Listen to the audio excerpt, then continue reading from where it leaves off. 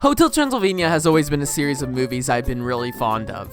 The first two are so enjoyable and they get really clever with the slapstick comedy that the monsters can offer. I like when Dracula says this, "I do not say blah blah blah."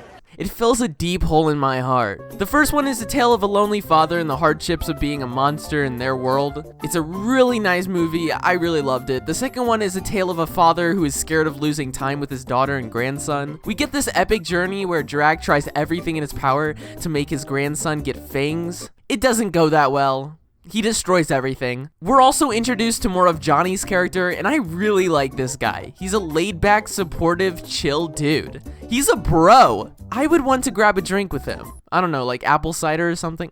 And the third one is absolutely atrocious. It's nothing but filler made to please small children, and boy did it do so. I just spit everywhere. This movie has nothing to offer. The main twist villain was unlikable and boring even before we knew she was a villain. At least make her admirable before you reveal who she truly is. And Dracula must be so down bad in this movie. This isn't a zing, you're just desperate. And why does every one of these movies end with them all dancing? The animatronic characters here do get a bit quirky. But they had to keep going with this series, and they announced the fourth movie, Hotel Transylvania 4, but with a bit of a twist. The monsters are now human. So like, doesn't that completely ruin the whole idea of these movies? Like, aren't we watching because they're monsters? I don't care if they're human. But hey, now we can see the glasses guy in his true form.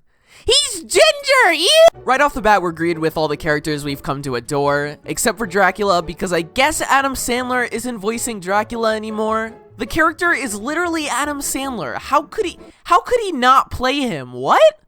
You're telling me this is the last movie, and you don't even have the voice actor who did the last three. Anyways, Dracula just announced that he's ready to retire and give the entire hotel to Mavis. Why would he want to live the rest of his life with this Popeye-looking freak?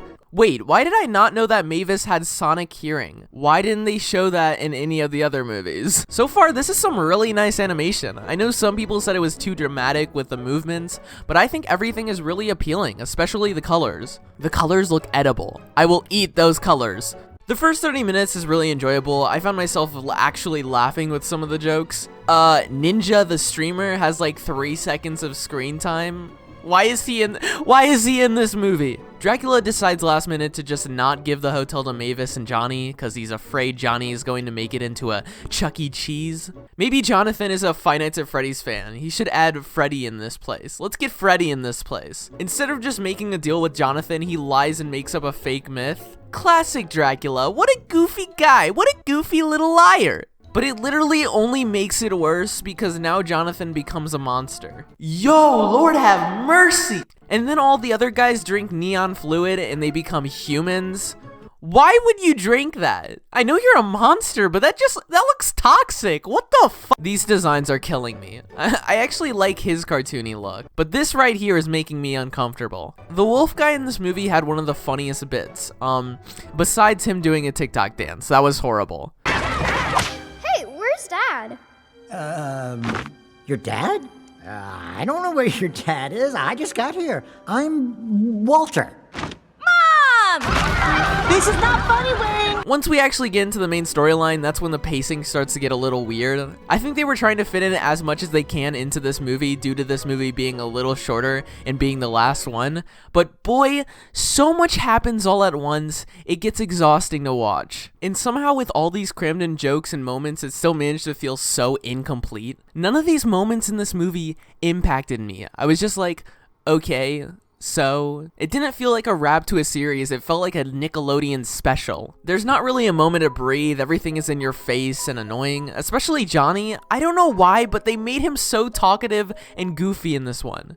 The first two painted him as the cool, popular human, and he was a sweet boyfriend to Mavis. In this one, he never stops talking. And when he does, he just talks so stupidly. He's stupid in this movie. Hashtag not my Johnny. What happened to this Johnny? We also finally get new locations in this movie. The first two movies, Dracula couldn't go out in the sun, so most of it took place in the hotel, but now they're flying, crossing unstable areas. They accidentally take a wrong turn and end up on a cliff, and then Dracula falls to his death. Oh wait, Jonathan can fly now? Let's go! It was actually quite entertaining to see Dracula as a human. At first I thought it was kind of a boring idea, but it does offer a lot of funny gags. He gets attacked by mosquitoes, piranhas, my man almost gets hit by a car. Dracula was immortal before he turned into a human, so he wasn't used to worrying about if a plane was going to crash because he would survive. And everybody else he was with wouldn't. I would never want to be immortal. I feel like my mental health would slowly deteriorate. Now that I'm thinking about it, it kind of sucks that Mavis and Mavis's son are both immortal and Johnny isn't. Mavis, as usual, gets suspicious and completely forgets she has a child, so her and Erica gather the rest of the group and head to find Drac and Jonathan. And Mavis and Erica kind of bond. It's kind of sweet, actually. I still dislike this woman. Didn't she try to obliterate them in the last movie? Did you guys forget this fact? She could still be undercover. Why is she flying this? What's funny with anime and movies nowadays is that due to, most of these voice recordings are done at home. And it's really obvious to tell here with Mavis, her voice does not sound like any of the other characters. I guess everybody else had a really good microphone, and she was just recording with a Zoom. But it's all good because now Mavis is even more emo. She's looking so cool. There's a lot of predictability towards the end. Mavis gets the crystal, yay, but oh no, she can't because sun. She finally zaps Johnny, but oh no, it doesn't work, it's too late. What's gonna happen next? Dracula is obviously gonna tell a heartwarming speech and Johnny comes to remember who he is. Ta-da, yay, woo! Nevertheless, I still did a little smile. It was a pretty wholesome ending. Jonathan and Mavis get the key to the hotel, and they changed it the way they wanted to change it, and Dracula was okay with it. It switches to the classic 2D animated credits, something they always do well in these movies, and this part goes so hard. So yeah, this movie was a fun watch. It definitely doesn't compete with the first two at all. It has a lot less depth to it. It's just a fun adventure story for Amazon Prime, but I like to see the good and the bad, and this movie surprisingly had more good than bad. Now please don't make any more. Anyways, that's gonna end it for this video. If you like this video, make sure to subscribe and hit that smash like button. I'm never saying that again. What did I just say? Let me know what you thought of this movie. Did you like it? Did you hate it? What was your favorite parts? It's also 2022, which means the new Awesomemay era starts now. I even have a playlist for it. If you're new here, I used to do kind of storytime animations, and now I'm moving on to more anime and movie reviews like this. So yeah, this playlist will feature all the new anime and movie videos that I'm gonna make this year. And yeah, it's gonna be a trip. Stay awesome.